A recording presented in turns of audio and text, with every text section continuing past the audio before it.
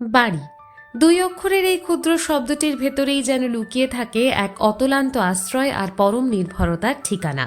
দিনভর কঠোর পরিশ্রম আর হাড়ভাঙা খাটুনি শেষে প্রতিটি মানুষের মন যেখানে গিয়ে একটু শান্তির নিঃশ্বাস ফেলে তা হলো তার নিজের ঘর।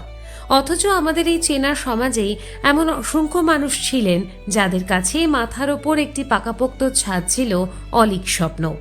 ঝাড়গ্রামের রুক্ষ লাল মাটিতে দাঁড়িয়ে সেই সব গৃহহীন মানুষের চোখে নতুন ভোরের স্বপ্ন বুনে দিয়েছে সরকারি সহায়তা।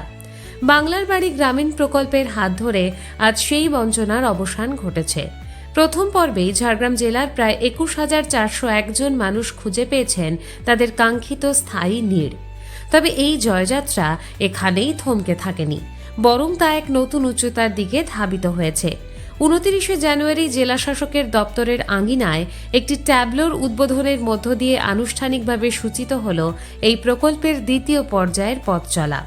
এই নতুন পর্বে জেলার বিভিন্ন ব্লকে আরও প্রায় ২২,৮৭৩টি গৃহ নির্মাণের অনুদান প্রদানের এক মহতী পরিকল্পনা গ্রহণ করা হয়েছে। প্রশাসনের এই সুদূর প্রসারী উদ্যোগ যেন অরণ্য প্রান্তরের প্রতিটি প্রান্তিক মানুষের মনে এক নতুন আশার আলো প্রজ্বলিত করল।